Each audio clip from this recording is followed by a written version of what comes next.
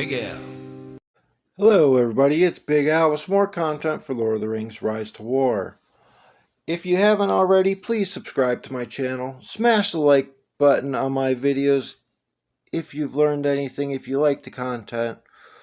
Also, now there is memberships as well, which will get special content, early views on the videos, different videos contoured just to the members only.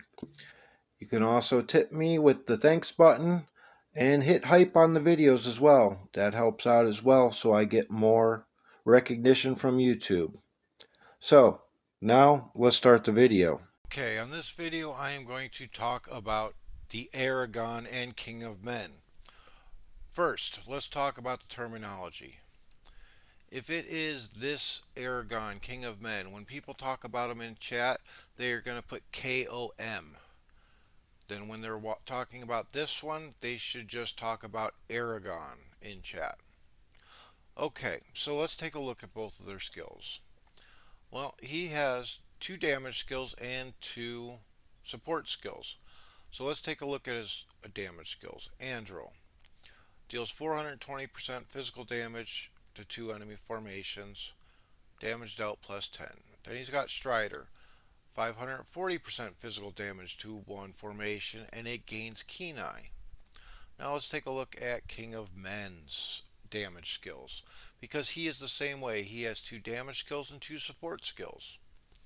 So Andro, which is the same skill that regular Aragon had, and look at that. Strider, the same damage skill. So when it comes to damage dealing, they are both having the same skills, so they're pretty much the same if you're going to use them for a damage dealer. So using, say, Respect 4 King of Men or Respect 8 Aragon, you should use the regular Aragon because of the ability points. Now let's take a look at their support skills. For King of Men, you have a healing skill here up to 180% to 2 allied formations, chance to do it again, and damage dealt by units. Then he has his R4 King of Men skills. And this is for the first 5 rounds, damage dealt by 3 allied formations is plus 15%. And when they are affected by stun or madness, they receive 30% less damage when it's maxed out. This is modified by command, so you get an extra 2% per 100 command. So even on just strictly purples maxed out, you're talking, mid 300s to 400. So let's just round and say 408, another 8%. So you'd be looking at 38% damage reduction. Or damage dealt, sorry. Damage dealt 15% plus another 8%, so 23% damage increase. And then when man units are stunned or affected by madness, the damage received reduction effect will be effective for the whole duration. So what that means is once a man unit in the formation gets stunned or maddened, this damage reduction will last the entire fight, even when they are not stunned or maddened. Now let's take a look at regular Aragon support skills. The Dunedain Chieftain increases the defense of 3 allied formations, and it's modified by defense stat. I do want to point out this is one of the only skills that gets modified by defense skill. There's only a couple left. So you get an extra 10 at level 10 per 100 defense. Okay? Commander defense is not necessarily something that you are going to build for because it is one of the useless stats. It does give HP plus 10%, but I am going to mention this defensive stat later on in the video. And then you have the Hidden Air, attack of man units and 3 allied formations plus 10. It's modified by command, and you get 1 per 100. Damage dealt to melee units, and the commander's formation gains stun immunity. So there are the differences, is their support skills. This one has defense, and this one has attack. And then it also gains stun immunity. Where King of Men's was a healing and then a damage increase and a damage reduction if stunned or maddened. Some people are starting to run King of Men as a tank, which is a little weird build. I'm not sold on it yet. But let's just take a look at the base stats. You can see he's only respect 1 and his command is 164. So that's going to help your units greatly, especially when you're using them as a damage dealer. And then regular Aragon's command is 16. So if you're using them as a damage dealer, the respect level matters because their damage skills are the same. You also have these base stats that do make a difference, but if like this Aragon is respect 6, say I had my King of Men respect 4, I would probably still use regular Aragon over King of Men because of the skill points. Now once they both get up to, like, say, respect 6 or 7, then I would start using King of Men instead of Aragon because of Aragon's command stat and his regular stats are going to be higher. Right now, attack is different, but that's because he's respect 1. So, lower respect between the two, it just matters who has the highest respect. Once you get up in respect levels, then King of Men starts to take the cake because of his base stats are going to be higher, and then he has enough respect level to get the skill points to do in the skills. Now let's talk about the order. So both of these, the skill order, if you're using them as a damage dealer, is the same.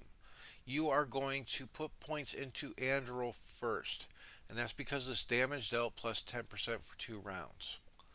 So Strider goes off in rounds 2, 4, 6, 8, and 10.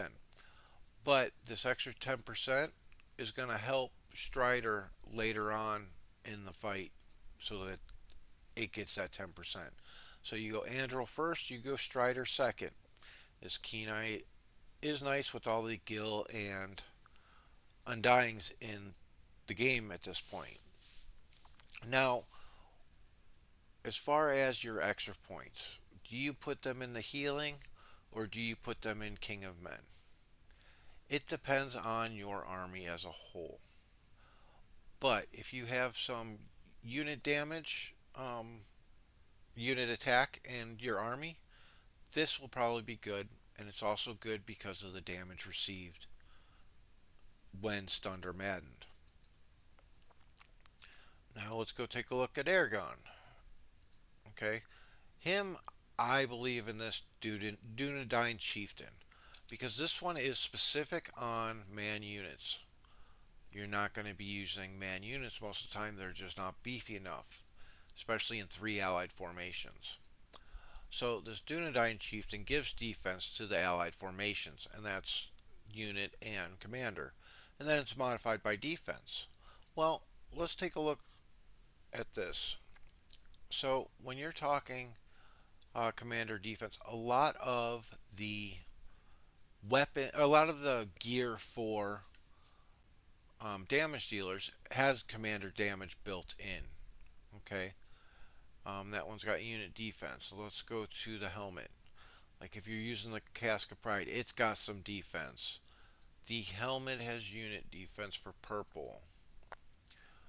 Here you might be using, a defensive plate like a Durin's plate, but if you're using the scale mail, it has some commander defense. If you're using, nope, the Berserker's Raiment doesn't. The massive breastplate has some commander damage built in. Okay, and then let's see. Commander, you have the worn out smoking pipe has commander defense set in, and that one has unit. So you're going to get a little bit of unit defense. Okay, so even if you get this number just naturally up to like 80 or 90 or something, you're going to get a little bit of modification. So with King of Men, it's Andril, Strider, and then Dunedain Chieftain.